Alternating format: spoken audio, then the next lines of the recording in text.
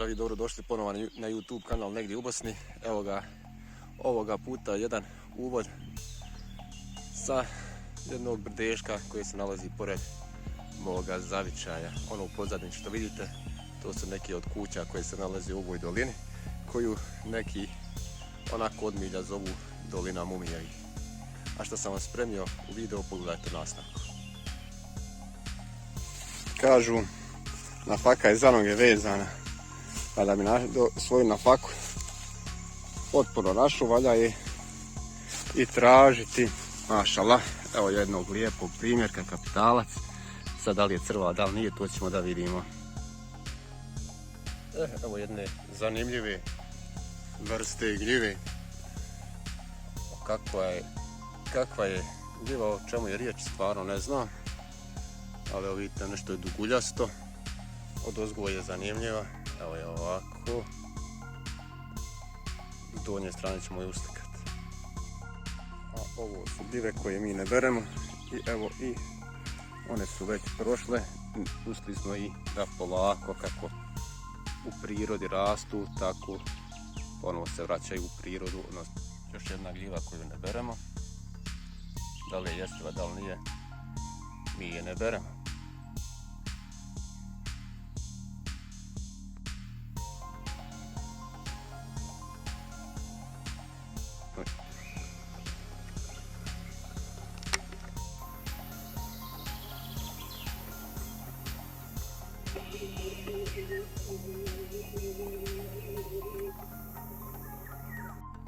Još jedan turčin ili grabov vrganj kojeg mi ne beremo, a to mi ne beremo, ali kažu da je gornji dio dobar, pogotovo u salatu. Kažu koji je gljivu puž načeo, ta gljiva je, kažu, jestiva.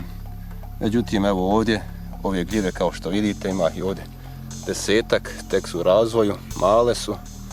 Mi i ne beremo u mome zavičaju. Ne znam za vas. Ova gljiva ne znam kakva je. Međutim, kakva je god, mi je ne beremo. Evo ima malo čudnih boja. Evo je. Evo ga grabov djed. Ili neki će kažat turčin. Kaže da mu je klobuk kvalitetan, dok pačur ne valja. Međutim, mi ga ovdje niti beremo, niti jedemo. Pustimo ga ovako da raste. Vjerujem da bi malo bolji poznavalac gljiva ovdje u ovim šumama mogao nabrati toliko da ni on ne zna šta će sa njima, obzirom da mi samo beremo ono što smo naučili. Evo, na primjer, ovu mi ne beremo, da li je jestiva, da li nije, to nas i ne zanima. I nakon gljiva koje sam pokazao da ne beremo, evo jedne koju ćemo da uberemo.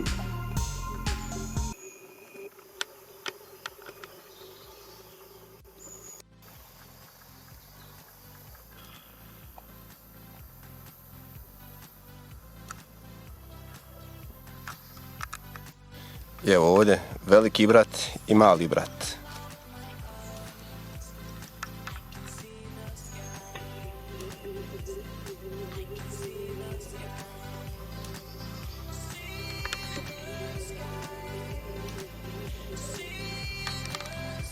I evo, kao što vidite, ovdje pored mene nalazi se kompletna jedna porodica vrganja.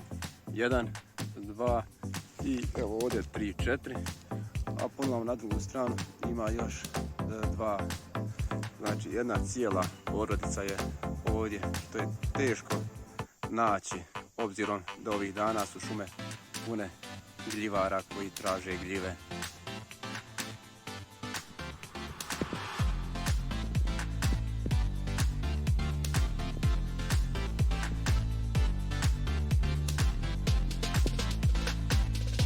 Bijela gljiva, mliječnica, uslovno jestiva. Kažu da je bolje prokuhati, pa onda tek jest, a mi je volimo na platama, u tepsiji, kad se isprži jer najljepše miri. Međutim, danas i ne berem, danas sad samo tražim vrganje. Ako dođe, ima ovdje bijeli.